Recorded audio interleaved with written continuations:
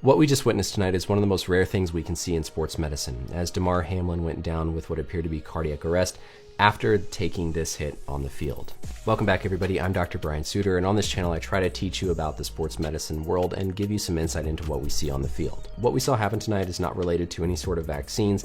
This is almost certainly something called commotio cordis, an extremely rare condition that's one of those things that we typically only think we're going to read about in textbooks. Essentially what can happen is if you have a blunt trauma to the chest that occurs at exactly the right time in the cardiac electrical cycle, your heart can be sent into cardiac arrest. As Hamlin comes in here, we can see this square hit to the front of his chest. We see him get back up momentarily before ultimately collapsing back down to the ground and requiring CPR on the field. This is a tracing of our heart's electrical activity. Basically, this is one cycle of the heart squeezing.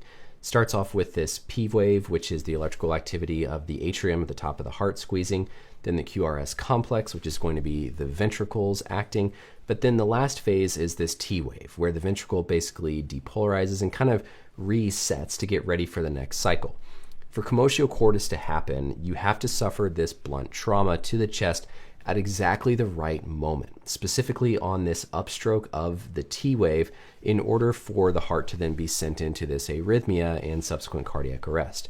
This is one of those things that not only do you have to have a high enough force, but it has to happen within milliseconds of a time window, because if that impact comes at any other time in this electrical cycle, you're fine. You don't go into this. But when it happens at just this right time during this upstroke of the T wave, and if it's high enough, then you can have this thing called commotio cordis. We typically think of it happening in baseball players whenever they get hit in the middle of the chest with a hard thrown ball, but unfortunately that looks like what is most likely to have happened here with Hamlin. Treatment like this is obviously CPR and defibrillation as quickly as possible, because this can absolutely be a life-threatening thing. Again, this is not something that people should go speculate about vaccines or anything like that causing this cardiac arrest.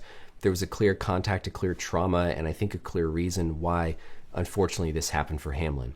My thoughts and prayers go out to the player, go out to his family, everybody else there on the field, the medical staff taking care of him. This is an extremely serious thing. One of those conditions that, like I said, you hope, you pray, you never actually see as a medical provider. But hopefully this was educational. Let me know as always any questions or comments down below. And until next time, I'll see you later.